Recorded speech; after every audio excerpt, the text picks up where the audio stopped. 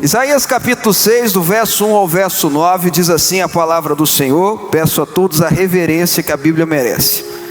No ano em que morreu o rei Uzias, eu vi o Senhor assentado sobre um alto e sublime trono, e as abas de seu manto, as abas de sua veste enchiam o templo. Acima dele havia serafins, cada um tinha 6 asas, com 2 cobriam o rosto, com 2 cobriam os pés, e com 2 voavam, e clamavam uns aos outros, verso 3, Santo, Santo, Santo é o Senhor dos exércitos, toda a terra está cheia da sua glória. As bases das portas tremeram, a voz do que clamava, e a casa se encheu de fumaça. Então eu disse, verso 5, ai de mim, Isaías está dizendo, diante dessa visão maravilhosa, ai de mim, estou perdido, porque sou homem de lábios impuros e habito no meio de um povo de lábios impuros, e os meus olhos viram o Rei, aleluia, o Senhor dos exércitos. Verso 6, então um dos serafins voou até mim, trazendo na mão uma brasa viva, que havia tirado do altar com uma tenaz, e tocou-me a boca com a brasa, e disse, agora isso tocou aos teus lábios, e a tua culpa, o teu pecado, o teu erro foi tirado, e o teu pecado perdoado. Depois disso, verso 8, ouvi a voz do Senhor que dizia, a quem eu enviarei? Quem irá por nós? Eu disse, aqui estou eu, ou eis-me aqui, envia-me a mim. Verso 9, comecinho. Então ele disse, vai e disse a este povo. Eu paro por aqui, por favor diga comigo, glória a Deus. Glória a Deus pela palavra de Deus. Esse texto do capítulo 6, do 1 ao 9, registra o chamado de Deus na vida do profeta Isaías. Ezequiel faz um registro parecido com a figura do que aconteceu com ele. Jeremias tem um registro mais aprofundado ainda, no capítulo 1, no verso 5 ao 10, na qual ele fala daquele chamado detalhado de Deus na vida dele. Na verdade é que a maioria dos profetas, há um registro claro de Deus chamando eles para a obra, chamando eles para o ministério, chamando eles para a vocação que Deus tinha para eles. Moisés na sarça ardente, por exemplo, é uma referência disso. Abraão em Gênesis capítulo 12, sai da tua terra, da tua parentela, da casa de teu pai, e vai para onde eu vou te mostrar, porque de ti farei bendita todas as famílias da terra. Os discípulos de Jesus, tendo aqueles encontros pessoais com eles, na qual Jesus, com aquela graça majestosa, com aquele poder saindo dos olhos e da sua língua, disse, segue-me. Talvez a palavra de uma frase, aliás, uma frase de uma palavra só mais poderosa que existe, vindo da boca do mestre, segue-me. E a Bíblia diz que Pedro e André, João e Tiago largaram tudo e o seguiram. Mateus deixou o seu trabalho que rendia lucros gigantescos para ele, abandona tudo para seguir o mestre. Paulo abandona todo o seu conhecimento, religiosidade, intelectualidade e por aí vai. Aqui é o registro do profeta Isaías, esse homem de Deus que por mais de 40 anos profetizou sobre Israel durante o reinado de 4 reis. Ele registra isso no começo do seu livro. Para a tradição judaica ele ainda viveu um pouco mais. Ele viveu na época de 6 reis e foi, segundo a tradição judaica, ele foi assassinado pelo rei Manassés, já bem velhinho. Mas durante 4 reis, ou durante 4 governos, por mais de 40 anos, Isaías foi a boca de Deus, o profeta do Senhor. Isaías era um homem tão antenado com o céu, antenado com o Espírito Santo, que ele profetizou cerca de 700 anos antes sobre o Messias, sobre a vinda de Jesus, sobre como Jesus agiria, o que Jesus faria, como Jesus seria, até a figura de Jesus ele profetiza 700 anos, e é incrível quanto se cumpre. O profeta Isaías é considerado no Antigo Testamento o profeta mais messiânico, porque é o profeta que mais fala do Messias. E se não bastasse isso, 150 anos antes de Ciro vir e conquistar a Babilônia e libertar o povo de Israel, cerca de 70 anos antes de Israel ser levado ao exílio da Babilônia, Isaías profetizou e ainda falou que um rei chamado Ciro ia se levantar, ia lá libertar o povo de Israel. Veja como ele era a boca de Deus. E esse texto registra o chamado de Deus na vida dele. Deixa eu dizer algo para você em nome de Jesus, entenda isso em nome de Jesus. Deus tem um chamado para todos nós, Deus tem algo para você, Deus quer te usar de alguma forma, Ele quer te usar como instrumento dEle por um período longo ou por um período apenas. A rainha Esther foi levantada para um ato apenas. E que ato? Um ato de justiça, um ato de coragem, um ato de espiritualidade natural que salvou todo um povo. Vocês estão entendendo o que eu estou falando ou não?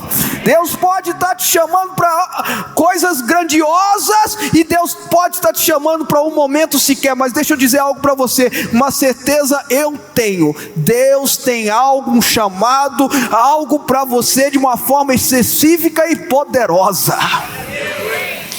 Ele tem um chamado para a igreja, Ele tem algo para a igreja, Ele tem algo para a sua assembleia de predestinados, assembleia de santos, mas Ele também tem algo específico para você. Eu acho uma ilustração muito maravilhosa em Pentecostes, quando registra lá em Atos capítulo 2, quando a Bíblia diz que o Espírito Santo desce de uma forma poderosa sobre os apóstolos, não só sobre os apóstolos, mas sobre toda a igreja reunida, mais de 400 pessoas ali reunidas, recebendo o batismo, recebendo o dom do Espírito Santo. E a forma que o Espírito Santo desce é uma língua na cabeça de cada um deles.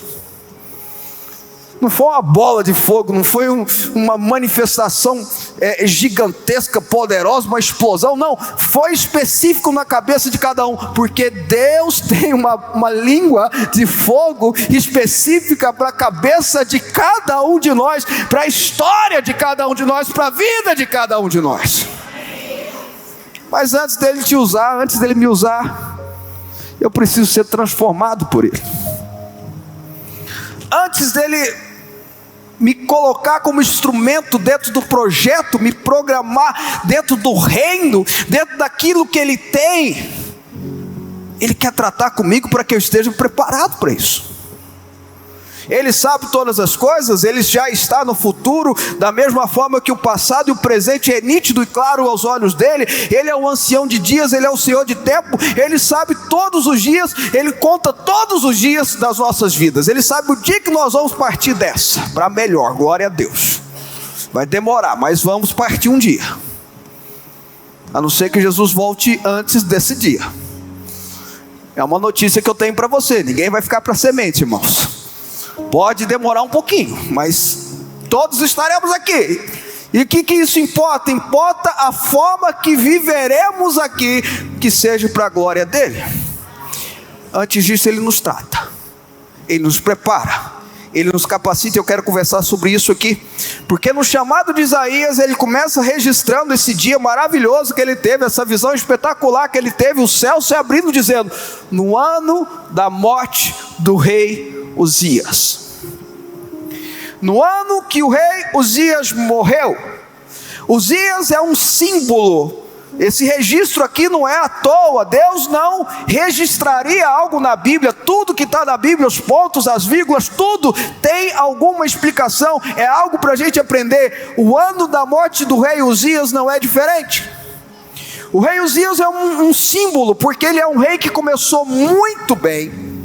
É um rei que fez muitas reformas importantes. É um rei que servia ao Senhor mas que num determinado momento, e a Bíblia registra que quando Zacarias, ou o sacerdote ou profeta, não é o mesmo Zacarias do texto bíblico, nem o Zacarias, pai de João Batista, outro Zacarias. Enquanto Zacarias estava aconselhando ele, estava pastoreando ele, quando ele tinha Zacarias na vida dele, ele foi um rei temente a Deus. Mas quando Zacarias morre, ele enche o seu coração de orgulho. Ele se acha, e o que é o orgulho? Ele se acha maior do que o propósito de Deus para a vida dele. Ele não queria apenas ser rei, meu Deus do céu.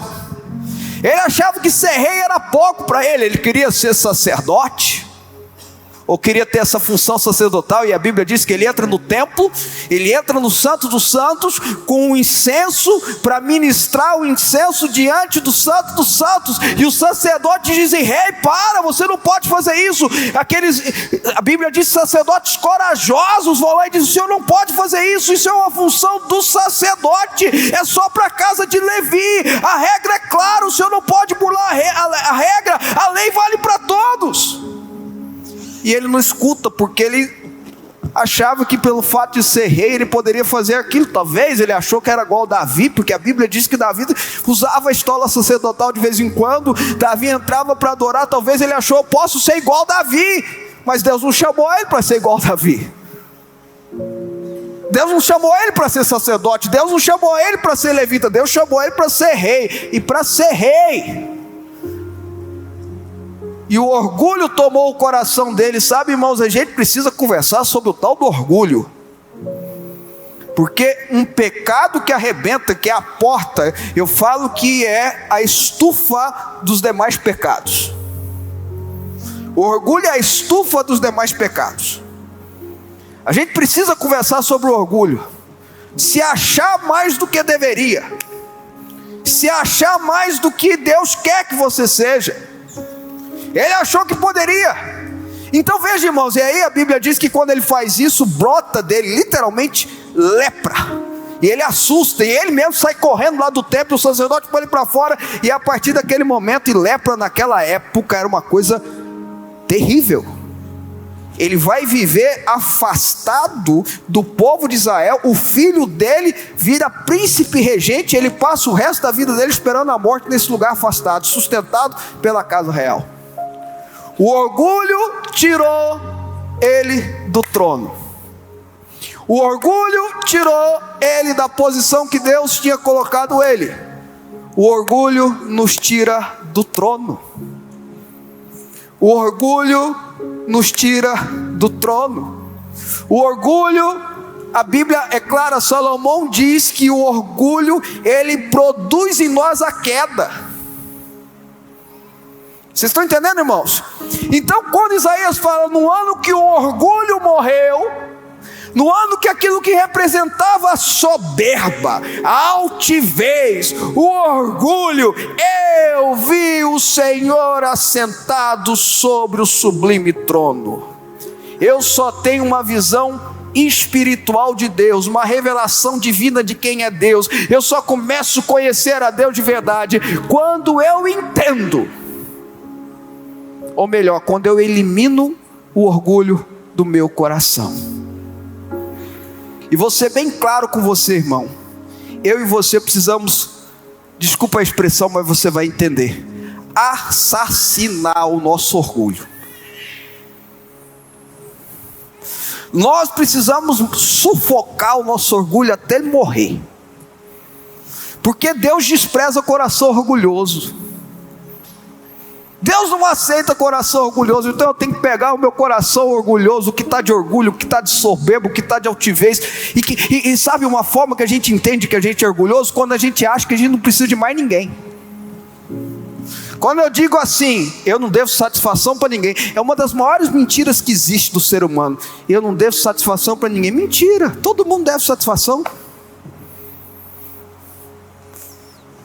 Quer ver outra frase mentirosa? Eu não devo nada a ninguém. Mentira. Mentira, você pode não dever financeiramente, mas você deve a vida para o seu pai e para sua mãe, ué. Eu não devo nada a ninguém. Não deve o quê? Ninguém chega em algum lugar se não teve ajuda de alguém. Para com isso. Mata esse orgulho. Mata essa soberba que impede você de pedir perdão e de perdoar. Porque Jesus diz que eu só sou perdoado no nível que eu perdoo. Está entendendo, gente? É coisa séria. Está na oração do Pai Nosso e está em falas de Jesus. Perdoai os nossos pecados, perdoa os meus pecados, assim como eu perdoo a quem tem me ofendido. Caramba! Perdoa todo mundo, está todo mundo perdoado. Vocês estão entendendo o que eu estou falando ou não? O ano que o rei Uzias morre, eu vejo o Senhor, e a visão que ele teve não foi uma visão qualquer. Ele viu o Senhor sentado no sublime trono, e as abas da veste dele cobriam todo o templo. Olha que visão extraordinária. Ele viu o céu se encontrando com a terra. Ele viu o céu e as abas da veste de Deus enchendo o templo, se encontrando com a terra. Ele tinha uma abertura espiritual de tudo. Isso é maravilhoso. Isso é extraordinário. Que visão fantástica, sabe, irmãos? Nós temos que começar a pedir a Deus que nos dê a visão espiritual das coisas.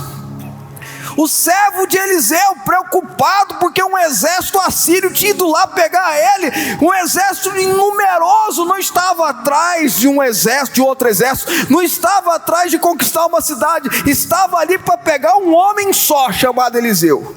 Um exército gigantesco. E aí é lógico que o servo pensou: acorda a roupa para o lado mais fraco, eu serei o primeiro a morrer. Então ele desesperou.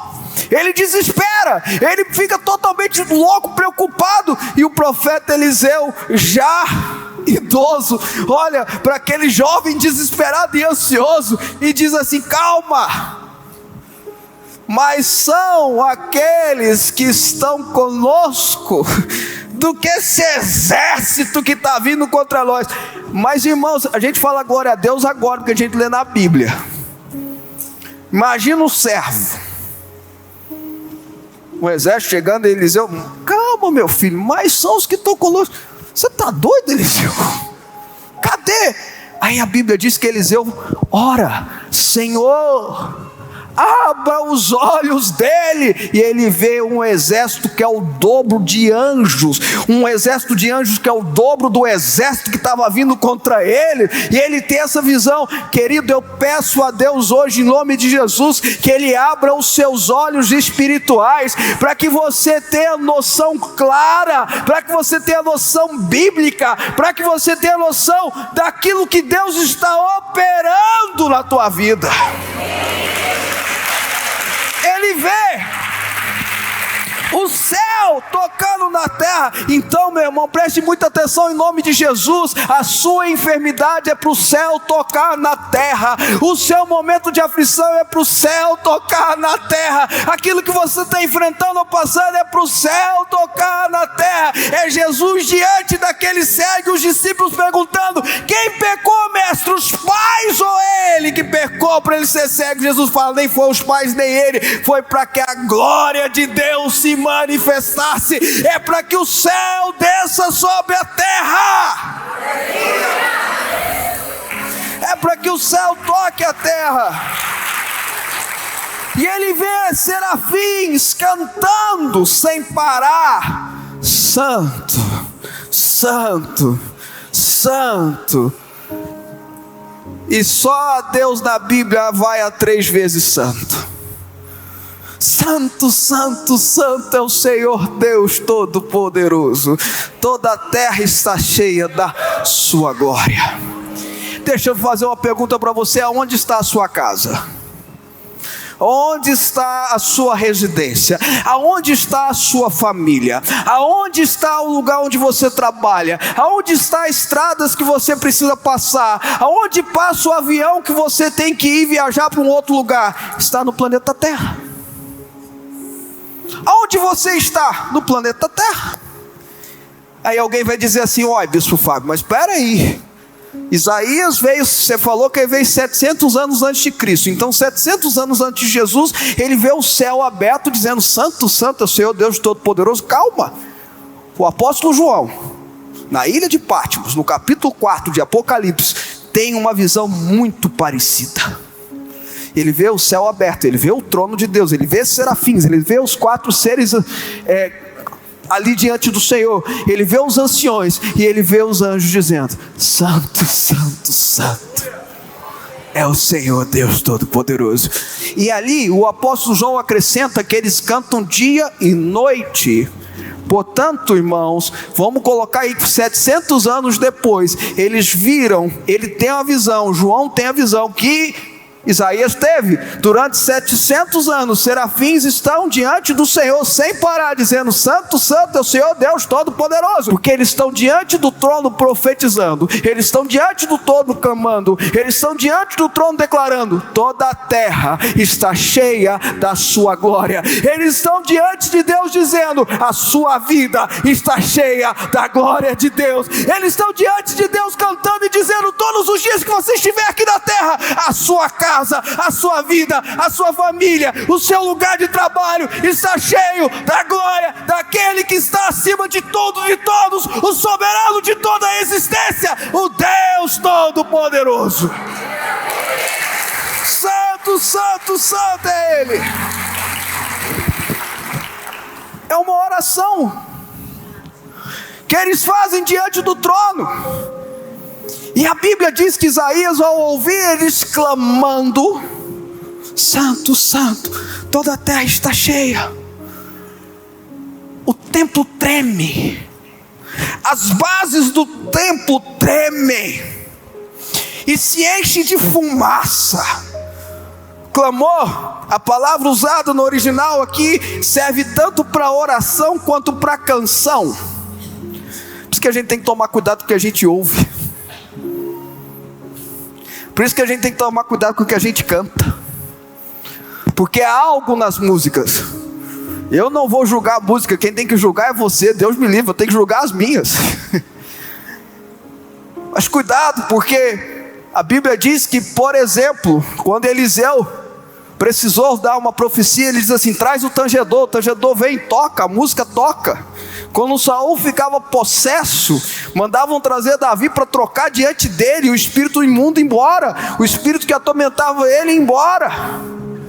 Quando Silas e Paulo, presos naquela cadeia, no submundo daquela cadeia que eles estavam presos do tronco, à meia-noite cantavam, a Bíblia diz que houve um terremoto, os limiares daquela cadeia tremeram e eles foram libertos. A gente tem que tomar cuidado, se música liberta, música prende também. Se música expulsa demônio, atrai também. A gente tem que tomar cuidado. Isso é sério, irmãos. Se música serve para arrebentar correntes, também serve para prender correntes. Não adianta nada você lutar contra a depressão e sair daqui ouvindo uma música que só fala de traição, de sofrimento, de sem vergonhice.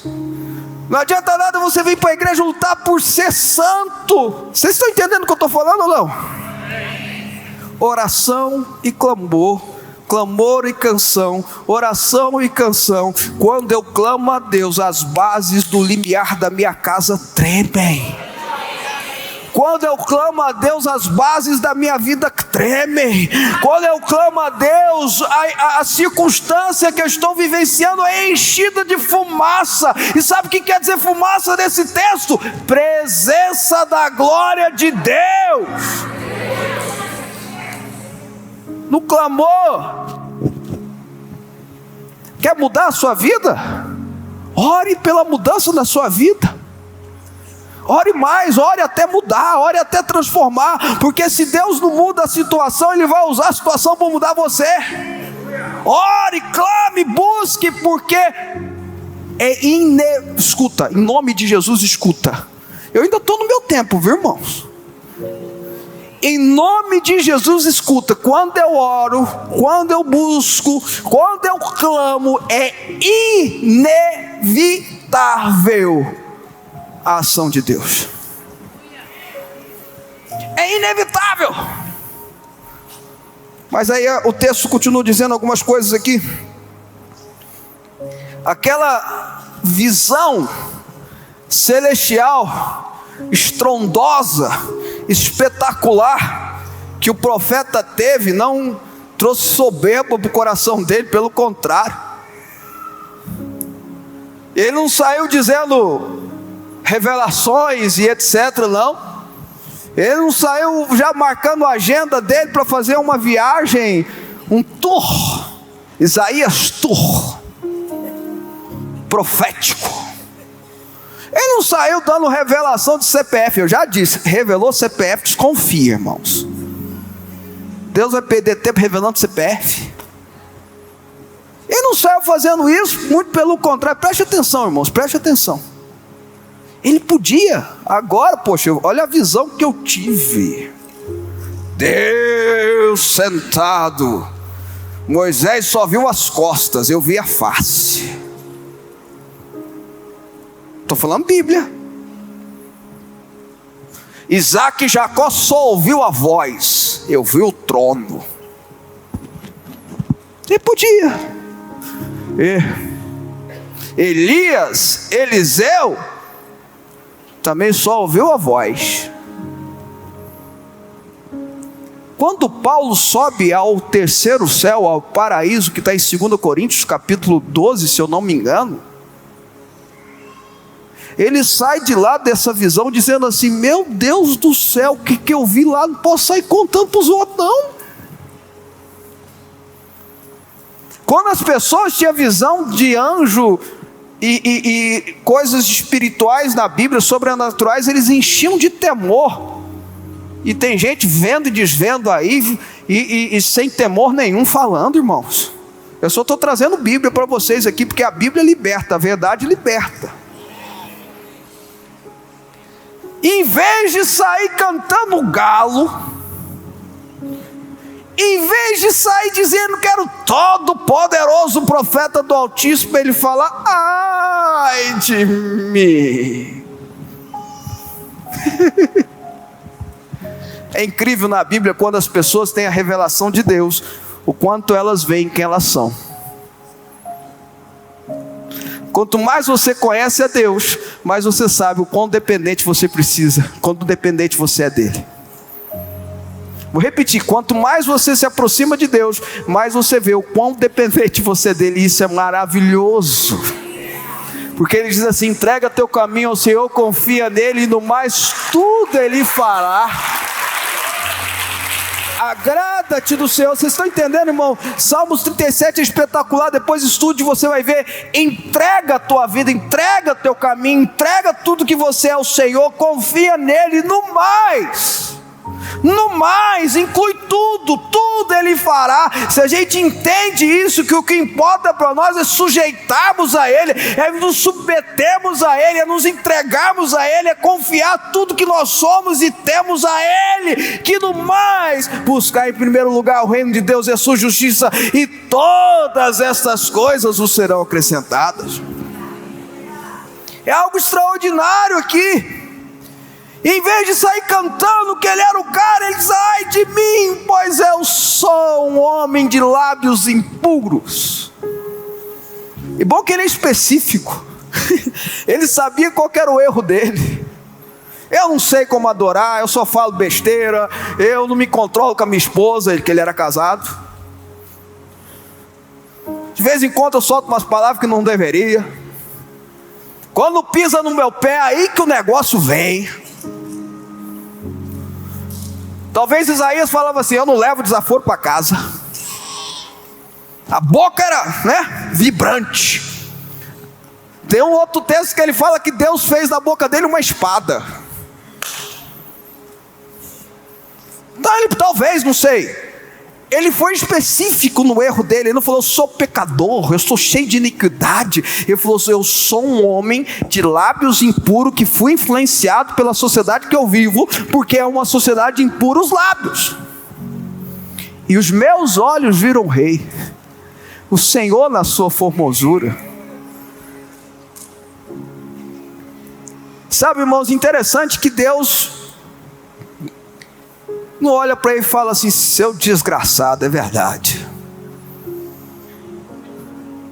Deus não fala para ele assim: você tem lábio impuro meu, seu sem vergonha. Isso não é função. Deus não faz isso. Quem faz isso é o acusador. O acusador, que é o diabo, o nosso adversário, Satanás. A serpente, alguns chamam de cão, coisa ruim, o tinoso, o que você quiser aí, gente. É ele que nos acusa. É ele que vem com acusação para cima de nós. É ele que você escuta quando você pensa assim: eu não mereço ser salvo. Mas você não merece mesmo não. Mas você fala assim: eu não vou ser salvo, eu estou condenado, eu não sirvo para nada. Sabe quando você escuta isso? Não é Deus, é o diabo. Porque Deus, ao ouvir isso, acontece o que o apóstolo João fala depois: se confessardes os vossos pecados, Ele é fiel e justo para vos perdoar.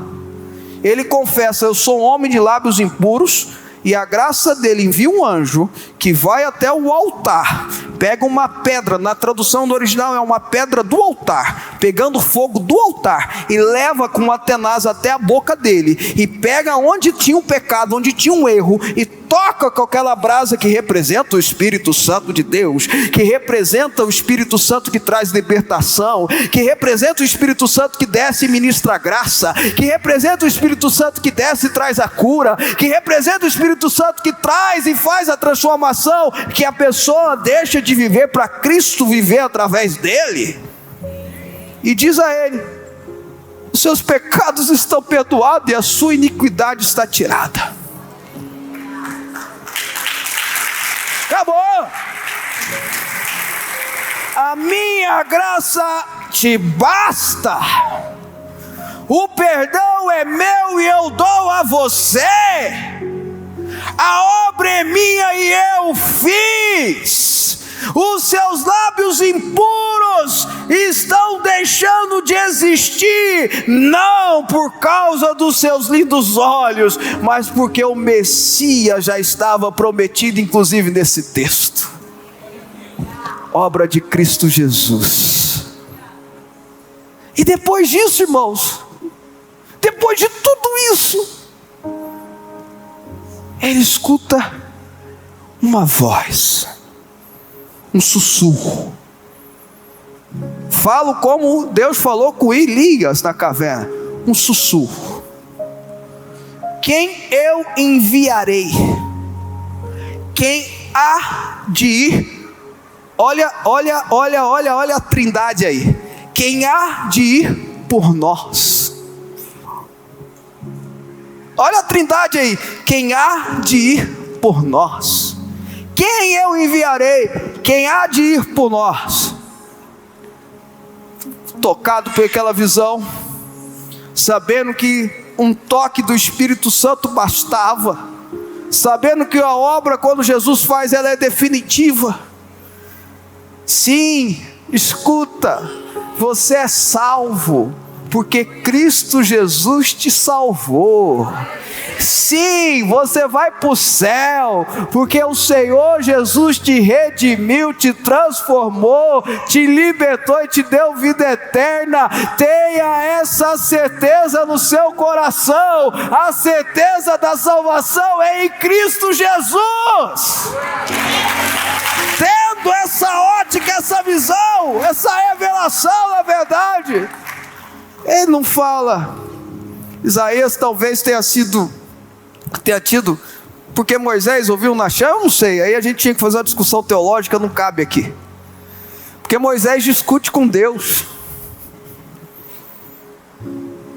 manda outro, eu não sei falar.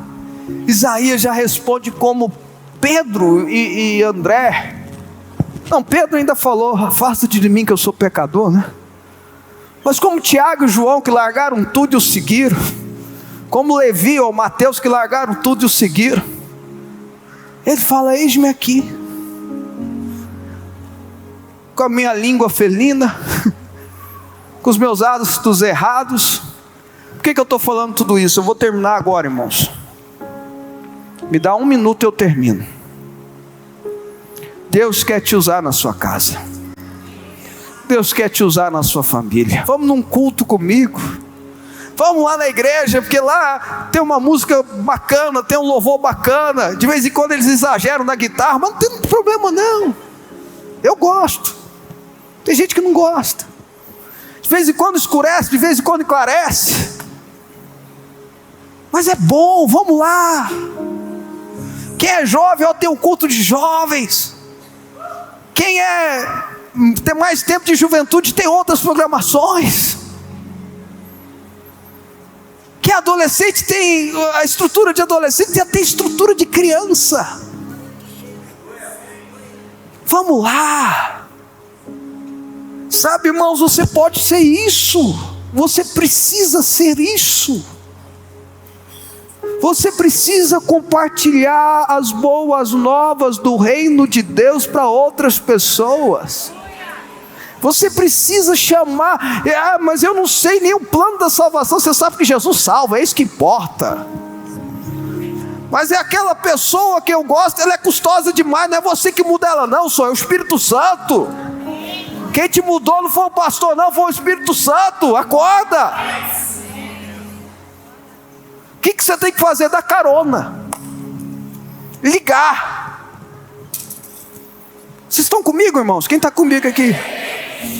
Você tem que fazer isso, sentar do lado dela no culto. Na hora que chamar para o lanche, leva ela no lanche. É isso que você precisa fazer, porque aqui o Espírito Santo vai agir. Eu termino dizendo isso. Termino agora de verdade.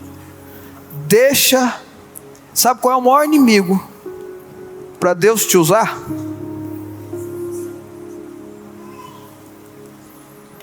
É o diabo. Não, acho que ele está em terceiro lugar. Segundo lugar, às vezes são os parentes, que a gente escuta eles demais, às vezes, nesse sentido. Em primeiro lugar, o inimigo do chamado de Deus para a tua vida. Em primeiro lugar, quem mais impede o plano de Deus para você, que mais atrapalha, impedir não tem jeito, que mais atrapalha é você mesmo. Você olha no espelho hoje e fala: esse inimigo aqui, esse Uzias vai morrer. Uzias, você não, está amarrado. Uzias aí dentro vai morrer hoje, porque Deus vai me usar. Eu vou proclamar o reino de Deus.